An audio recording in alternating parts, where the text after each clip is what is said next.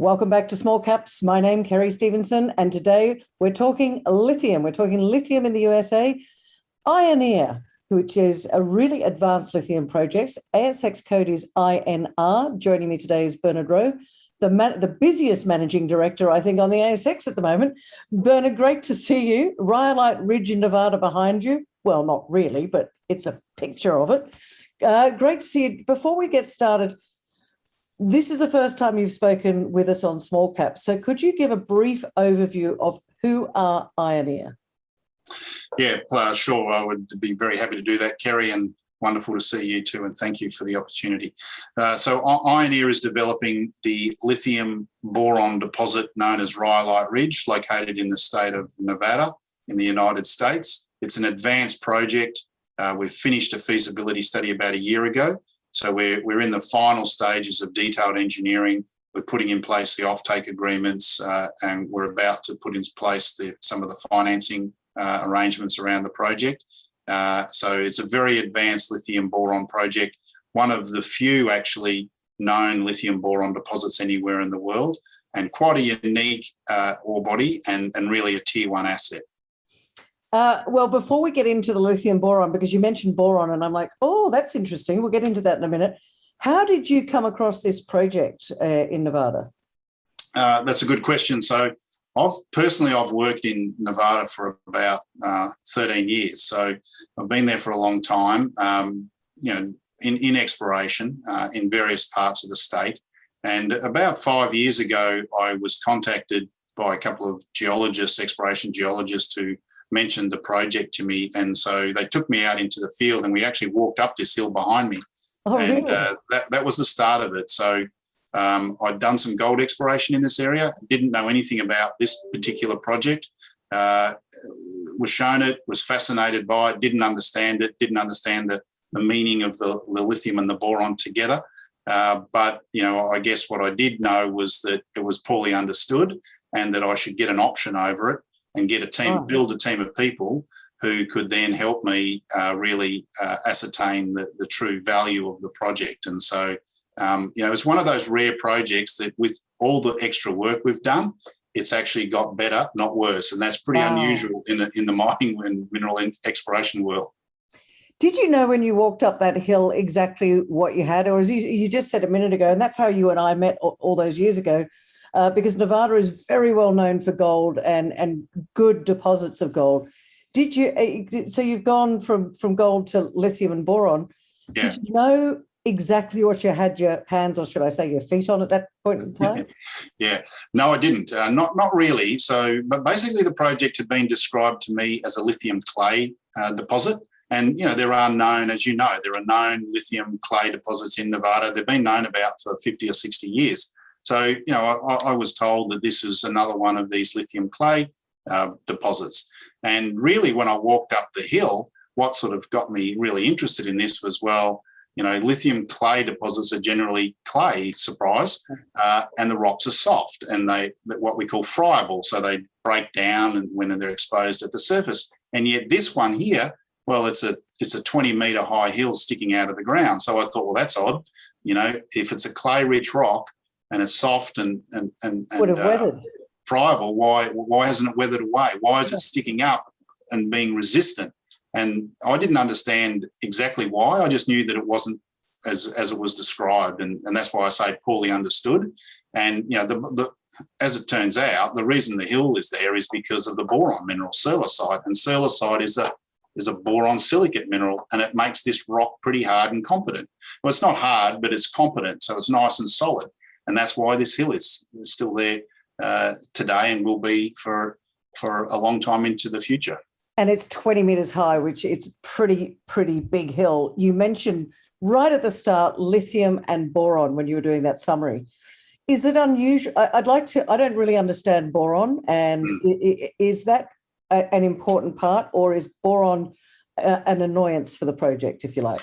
No, it's definitely not. It's a very important part of it. So, it's the thing that makes this project different from a mineralogy point of view. Yep. Which is exciting for geologists, but perhaps not for anyone else. But more importantly, it is actually that mineral and the mineral makeup of this rock and the fact that it's nice and solid and doesn't have much clay in it at all is why we can process it the way we can. And because it's a unique deposit, there's no one else in the world that can process and produce lithium and boron product like we can from this rock, because it doesn't exist that we know of anywhere else, hasn't been found before. Wow. So that's an important point, that it's the key to the processing. And the second point is that it's $100 million a year of boric acid will be generated from this project. And actually $100 million a year. Yes, in the revenue of boric acid. So it's actually about 30% of our revenue comes from boric acid. And, if you take, people might think, is it a byproduct? Is it a nuisance? Does it cost you just as much to extract it as you end up selling it for? So it's net zero. Yep. No, it's $100 million a year plus. And that means that it accounts for it covers about 75% of our operating costs. So the boron allows this deposit to be processed the way that we will process it, and it pays for nearly everything. And did you say that there's no other deposit like this in the world? Not that we know of. So there's a couple of lithium boron deposits known globally. The two best known ones, and by far the largest, are Rhyolite Ridge and the Jadar deposit in Serbia, which is owned by Rio Tinto. It's also lithium and boron. Interestingly, the mineral is also a sodium borosilicate, just like at Rhyolite Ridge, but they're different minerals. One's siliciite and the other's jadarite. So, and there's many other differences between the projects, but in the sense of lithium and boron together, very, very rare. And without getting into a detailed geological discussion here, which I know you would love to do, it's the reason is boron minerals are generally very soluble, okay? And right. So they don't, at the surface, they tend to weather away. Many of the boron minerals, in fact, are water soluble, so you don't see them very, very rarely, only generally in desert terrains with very low rainfall, very low humidity. Sorry to interrupt. What would you use it for? What's boric acid used for? So boric acid, the largest use of boric acid is in borosilicate glass, and that's really a fancy name for glass that can handle heat. So any glass at all that needs to be heated up and cooled down and widely varying temperature conditions without cracking, that'll be borosilicate glass. So the screen of your mobile phone, your iPhone or your Galaxy Android will be borosilicate glass. Your iPad, TFT computer screens, Corningware is the most famous of all. You put a glass Corningware dish in the microwave. The reason it doesn't crack or explode is because it's got boron in the glass. It lowers the expansion of the glass when it's heated and cooled, which then means it doesn't crack. Okay, so what's the market currently like? Is the price going up? Is the supply-demand widening? What's the market like for boron? Yeah, good question. It's a very little-known market because it's a duopoly. It's Rio Tinto from the boron mine in California, which is a very old mine. It's been in operation for more than 100 years. You probably remember stories of or maybe even seen the movies, films, the 20 Mule Company, which actually Ronald Reagan actually was in one of those series. So 20 Mule Company Borax, which was then a laundry powder. I remember that. Yeah, borax. Yeah. So that was actually one of the common uses of borates was in, and still is used, not boric acid, but other borates in laundry powder. Right. So that's one of the large mines of the world, the boron mine in California. It's called boron. And the other producer is Turkey. The government of Turkey have several producing mines. I thought you said Serbia. No, sorry. The Jadar deposit owned by Rio Tinto is in Serbia, but that's not in production. They haven't yet finished a feasibility study on that, so that's some way off. But the two big producers currently of boric acid and boron generally products are the Turkish government and Rio Tinto Boron California. And so it's a duopoly, and that's why you don't hear and see a lot about it. It's a bigger market than the lithium market. It's around $3 to $4 billion a year type of market. Boric acid represents a sizable part of that, but it's not all of it. There's other borate products as well, but boric acid is one of the more highly valued products. I'd love to keep going on the boron. I get it. I know how much we've got to get through here, because Ioneer has got, you've got a binding lithium offtake supply agreement signed recently, but I really want to get into the BFS is finished and done. You've got offtake and strategic partnerships. So just take us through, because we haven't spoken to you before, I'd love you to share with our listeners all the, I guess, the milestones that Ioneer have reached, because you're in a really good position at the moment. And you're set to get into production. So let's go through those milestones that you've met.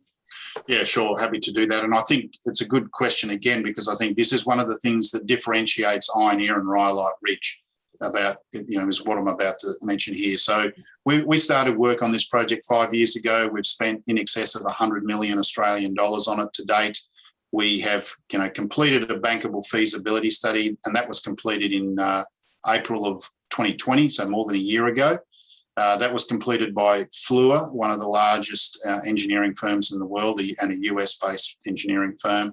They've worked with us along the way, and they still are. We piloted this process. So the flow sheet is unique, as I mentioned before, because the geology is unique, but there's no new technology involved. That's the beauty of this, is that we're using technology that's already available in other commodities, and particularly copper for the leaching process. And then at the back end, it's more traditional lithium processing technology. So there's no new technology. It's the way we've brought it together. We worked up that flow sheet ourselves. We then built a pilot plant at the Cametco lab in Vancouver, a wonderful team led by Norm Chow at Cametco Labs. And we built and operated that pilot plant. We ran material from Rhyolite Ridge, surface material, and also drill core. So we were getting fresh rock and also the weathered rock processed through there. We produced the end products at that pilot plant, so lithium carbonate, lithium hydroxide, boric acid. We then provided samples of that material back in 2019 to potential customers. And as you pointed out, we've entered into a number of offtake agreements, several offtake agreements around the boric acid, and one major one around the lithium with EcoPro Innovation. And now we're, I guess, just sorry to interrupt you, Bernard, but EcoPro Innovation, they're the world's second largest cathode materials manufacturer. Is that correct? For high nickel type cathodes, they're the second largest in the world. That is correct. The largest in Korea, second largest in the world. So these are the high energy density type nickel and cobalt rich cathodes that provide longer driving range. So they are the future of the EV industry. And EcoPro is a major supplier to SK Innovation, to other companies in around the world. They supply their cathodes. SK, as people may or may not know, a key battery supplier to Ford in the United States, and also to Volkswagen cars manufactured in the United States.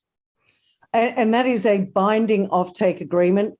Just tell us the details. 3 years, how much of your lithium carbonate are they going to be taking? Yeah, so that's right. It's a binding offtake agreement. It's for 3 years. It's for up to 7,000 tonnes. So that's up to about a third of our production. So we'll be producing about 22,000 tonnes, and so this is up to about 7,000 tonnes. And why I say up to is that they are just bedding down some of their plans. So at the moment, we have a minimum of 3,000 and a maximum of 7, but EcoPro are going to advise us where that's going to be early next year. So long before we start building the project, long before we do the final financing, we'll know exactly that tonnage, but we're expecting it'll be at least 5 and up to 7,000 tonnes. Okay, so that's on the lithium side. On the boron side, have you got any offtake agreements there? Yeah, we have. We've got 105,000 tonnes, so that's about 2/3, or even a little bit over 2/3 of our boric acid production for the first 5 years, with one of the major boron customers of the world, Dalian Jinmar. And we also have sales and marketing agreements with some key boron distributors throughout Japan, Korea, and Southeast Asia. So, but basically, all of our boron is either under offtake or under sales and marketing for the first 3 years. Okay, let's talk permitting, because it is the USA, and I guess there's a couple of things here. One, is it how far down the track are you with your permitting and evaluations? Because I know that a little while back there were some issues with a buckwheat plant or something. Yeah, that's right. So we've, again, given how advanced we are with this project, we started on the environmental work, much the same time as we really started everything else here 5 years ago. The 2 years of environmental baseline studies, we'd already completed them by the end of 2019, so not last year, but the year before. So we're very advanced on that. The buckwheat, Teams buckwheat grows out there. It's endemic to the area. It actually grows over a fairly small part of the deposit. It's only a couple of percent of the deposit that's covered by the buckwheat, and it's along the western edge. And we're very confident with all the work that we've done, all the scientific information that we've collected over that time, both at Rhyolite Ridge and other areas within the state of Nevada that have had to deal with similar buckwheat matters, that the two can coexist, and it's really just a combination of avoidance to ensure we continue a viable population of the plant out there, and wherever we disturb, then we just have to mitigate for that disturbance. And we mitigate by moving plants is one form, and the other main one would be growing plants from seeds. Both of those things have been done before, including at Rhyolite Ridge. We've grown, in excess of 1,000 plants. Oh, wow. They're still growing happily in nurseries. They're flowering. So, we're very confident around those measures. Yep. That's done. Good. Water.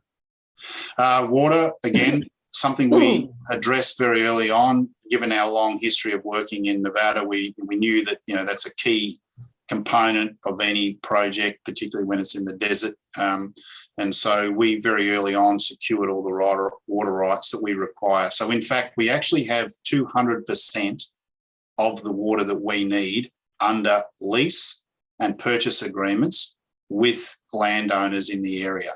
So we've got not only all the water we need, but for future expansion potential. And importantly, we're not taking any new extra water. We're not asking the government to grant us any extra water from the aquifers. We're taking water that was used for irrigation, for hay farming, growing alfalfa hay, and we're using that at this project. And the water usage is very, very low by both lithium standards and even by farming standards. Okay, we're running out of time. I really need to ask you this. The US government are very keen to secure supply in this critical minerals area.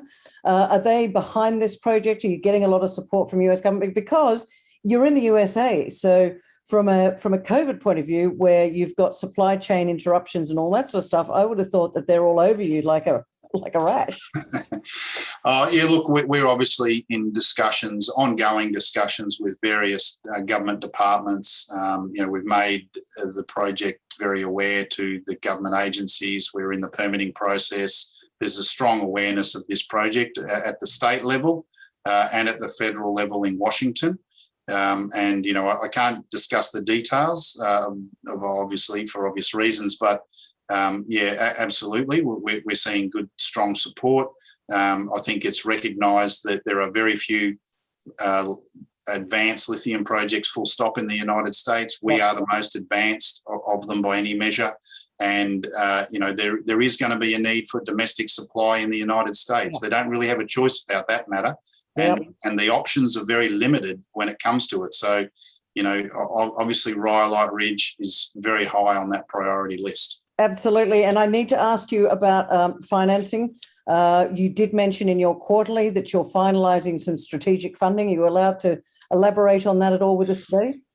Yeah, just very briefly, we've said publicly that we own 100% of this project, and we're intending to sell a minority interest to a strategic partner. That partner will come in as a minority partner in the project and assist us with the funding of the project. It's an $800 million project. In round numbers, we're expecting about 50-50 debt equity. So we're expecting a strategic partner to play the central role in funding $400 million of the project. Yep. The other 400 will be debt.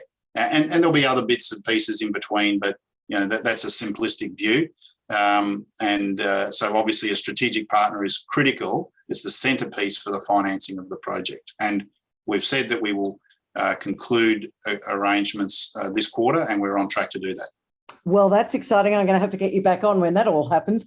We're running out of time now. Listen, I've got a million questions, and I'm sure from our audience we might get some questions as well. It's been absolutely fantastic to hear about the project, but this is all about our investor audience out there.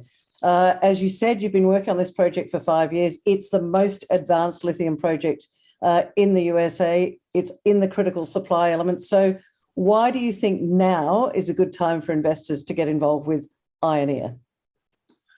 So Ioneer owns 100% of what we believe to be one of the most strategic lithium projects anywhere in the world. And it's certainly the most advanced lithium project in the United States. So it's very strategic. It's very important for electrification in the US. We're in very advanced stage of discussions and negotiations with a strategic partner. And as I've said, we expect to land that this quarter, so in the month of September. So it's very, very close by. And that's going to be transformational for Ioneer.